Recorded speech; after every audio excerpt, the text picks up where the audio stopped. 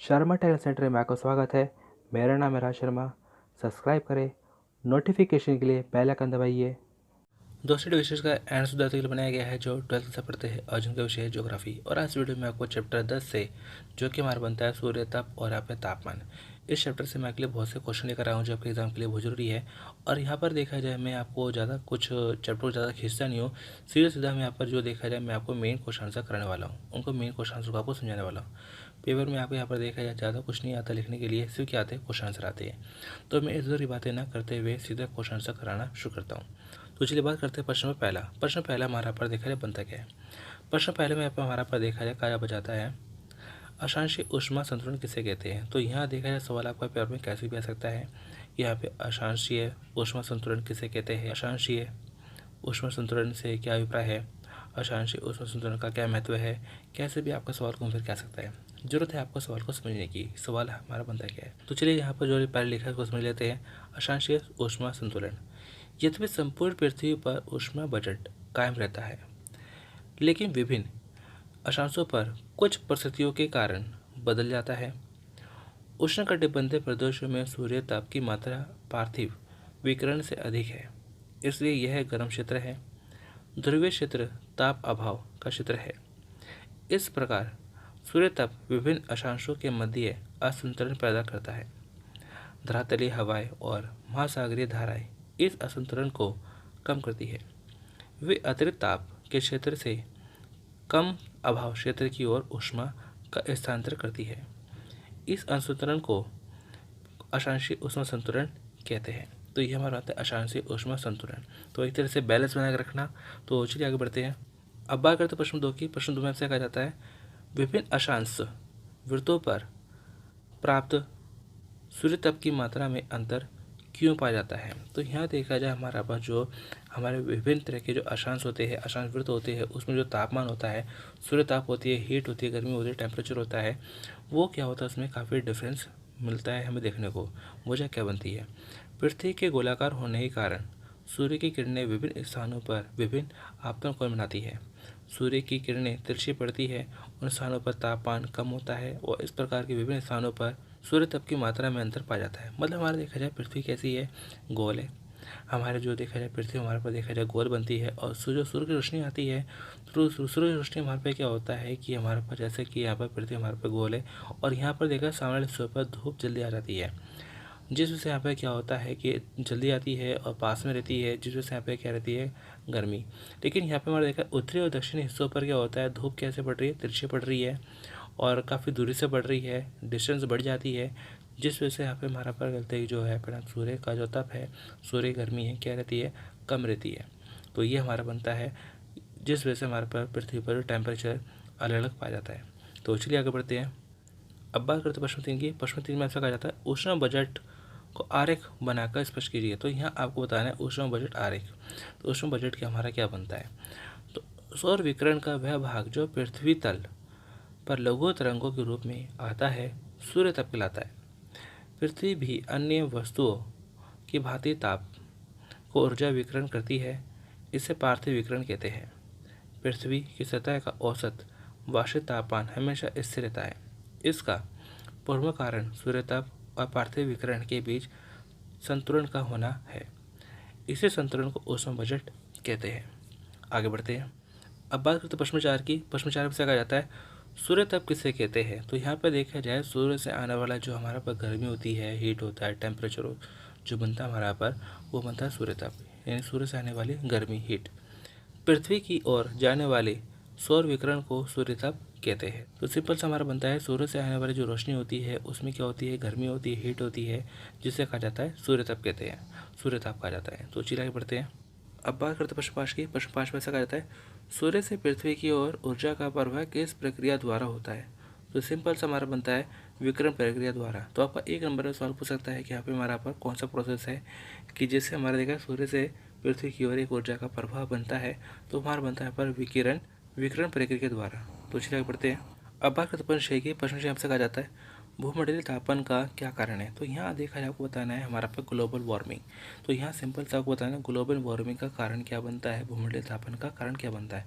बहुत आसान है, ओजोन परत के हार्स के और कार्बन डाइऑक्साइड की वृद्धि की वजह से हमारा पर जो अपना ग्लोबल वार्मिंग है, बढ़ते तापमान है, काफ़ी तेज़ी से बढ़ रहा है, क्योंकि हमारे पास देखा ओजोन परत है, इसमें कमी आ रही है। और दूसरा इसमें हमारा देखा है कार्बन डाइऑक्साइड की मात्रा क्या है, निरंतर बढ़ रही है, जिस वजह से हमारा पास ग्लोबल वार्मिंग जैसी समस्या बन रही है। तो उसी आगे बढ़ते हैं। अब बात करते हैं प्रश्न 7 की। प्रश्न 7 में से कहा जाता है समताप रेखा किसे कहते हैं। तो समताप रेखा किसे कहा जाता है, सवाल आपको कैसे भी बन सकता है। सम यानी कि समान, ताप यानी कि टेम्परेचर, एक ऐसी रेखा वाला टेम्परेचर जिसमें जो टेम्परेचर क्या रहता है, इक्वल रहता है। देखा जाए कैसे, समुद्र तल पर उतारे गए समान तापमान वाले स्थानों को मिलाने वाली मानचित्र पर खींची गई रेखाओं को समताप रेखा कहते हैं। अब बात करते हैं प्रश्न 8 की। प्रश्न 8 में से कहा जाता है वार्षिक ताप परिसर किसे कहते हैं। तो यहाँ पर देखा जाए, आपको बताना है वार्षिक ताप परिसर क्या है। हमारा पास जो है एनुअल टेम्परेचर रेंज क्या होती है।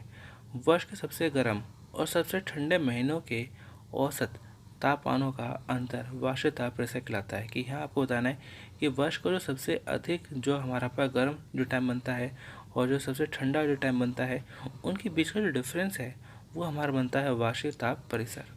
तो उसी आगे बढ़ते हैं। अब बात करते हैं प्रश्नों की। प्रश्नों में आपसे कहा जाता है ताप विलोमता किसे कहते हैं। ताप विलोमता हमारी क्या होती है। ऊंचाई बढ़ने के साथ तापमान भी बढ़ता है, इसी स्थिति को ताप विलोमता कहते हैं। तो ज़्यादा मुश्किल नहीं है, इतना ही याद करना है आपको। तो उसी आगे बढ़ते हैं। अब बात करते हैं प्रश्न नंबर 10 की। प्रश्न 10 जो कि बहुत हमारा सिंपल है और बहुत ज़रूरी है। आपके रिलेटेड सवालों में कुछ हमारे पास एक नंबर सवालों में आपका आ सकता है पृथ्वी की सतह पर ऊर्जा का प्रमुख स्रोत क्या है। तो पृथ्वी पर जो है लाइफ का एक मेन सोर्स है, वो सोर्स हमारा क्या बनता है, सूर्य। तो सूरज हमारे पर देखा जाए जीवन देने वाला है।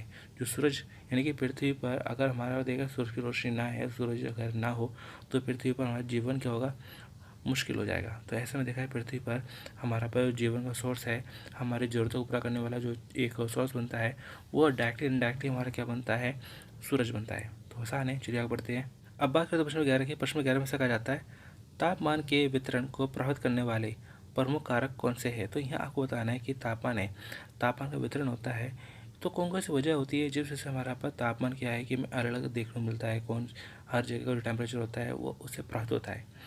अशांत रेखा बनती है स्थल और हमारे जल की उष्णता बनती है कि कहाँ पर हमारे स्थल की आकृति कैसे बनती है, वहाँ जल कितनी मात्रा में उपलब्ध है। साथ ही देखा है ऊंचावाच ऊंचाई और महासागरीय धाराएं के हिसाब से बनती है। पवनें वहाँ पे के हिसाब से बनती है और वहाँ वनस्पति के हिसाब से हमें मिलती है, प्राप्त होती है। मिट्टी की प्रकृति क्या बनती है कि मिट्टी वहाँ पे हमारे पास किस तरह की मिट्टी है, रेतीली मिट्टी बनती है, ये हमारा पर काली मिट्टी बनती है, लाल मिट्टी बनती है, या पर्वतीय मिट्टी बनती है, कैसी मिट्टी बनती है। भूमि का ढाल कैसा बनता है, वहाँ पर हमारा पर अभिमुखता धरातल पर तापमान के वितरण को प्राप्त करती है। करने वाले कुछ कारण बनते हैं कि पृथ्वी पर जो टेम्परेचर होता है, कई सारी वजह बनती है जिससे जो टेम्परेचर होता है पृथ्वी पर हमेशा एक जैसा नहीं रहता। कई जगहों पर टेम्परेचर ज़्यादा रहता है, गर्म रहता है, तो कई जगहों पर हमारा अपना कम रहता है। तो डिपेंड करता है बरसात के हिसाब से होती है, कितनी ऊंचाई पर है, वहाँ पर हवा के हिसाब चल रही है, वहाँ की मिट्टी कैसी क्या है, तो वहाँ पे पानी की उपलब्धता कितनी है। इन सब वजहों से हमारा वहाँ का किसी जगह का टेम्परेचर प्रभावित होता है। इसके अलावा देखा जाए और भी कई सारी वजह बनती है जिस वजह से हमारा देखा जाए जो टेम्परेचर हमारा पर प्रभावित होता है, वहाँ का टेम्परेचर अलग अलग पाया जाता है। चलिए आगे बढ़ते हैं। अब बात करते हैं प्रश्न 12 की। प्रश्न 12 में से कहा जाता है तापमान का ऊर्ध्वाधर वितरण से क्या तात्पर्य है। तापमान का ऊर्ध्वाधर वितरण, ऊंचाई के आधार पर तापमान के वितरण को तापमान का ऊर्ध्वाधर वितरण कहते हैं। इसका सबसे महत्वपूर्ण लक्षण यह है कि ऊंचाई बढ़ने के साथ साथ तापमान घटता जाता है। आप जानते हैं कि वायुमंडल मुख्यतः पार्थिक विकिरण से गर्म होता है। वायुमंडल की परतें जो धरातल के निकट होती है पृथ्वी से सर्वाधिक ऊष्मा प्राप्त करती है, इसलिए वे सबसे ज़्यादा गर्म होती है। चलिए आगे बढ़ते हैं। अब बात करते प्रश्न में यहाँ पे 13 की। 13 में आपसे कहा जाता है महासागरीय धाराएं किस प्रकार तापमान के असमान वितरण के लिए उत्तरदायी है। तो यहाँ आपको बताना है कि महासागरीय धाराएं है वह कैसे है हमारा पर टेम्परेचर को, यानी कि जो टेम्परेचर होता है कहीं कम होता है कहीं ज़्यादा होता है, इस चीज़ के लिए उत्तरदायी होती है, इस चीज़ के लिए रिस्पॉन्सिबल है। आपको ये बताना है महासागरीय धाराएं, महासागरीय धाराएं गर्म और ठंडी दो प्रकार की होती है। गर्म धाराएं जिन तटों के साथ बहती है उन्हें अपेक्षाकृत गर्म कर देती है और ठंडी धाराएं निकटवर्ती तटों को ठंडा बना देती है। उत्तरी अटलांटिक ड्रिफ्ट यानी कि ड्रिफ्ट का मतलब क्या होता है, गर्म धारा के कारण उत्तरी पश्चिमी यूरोप का तट सर्दियों में जमने नहीं पाता, जबकि कनाडा का क्यूबेक तट लेडब्राडोर ठंडी धारा के कारण सर्दियों में जम जाता है। यद्यपि यह उत्तरी पश्चिमी यूरोप के तट की अपेक्षा निम्न अक्षांशों में स्थित है।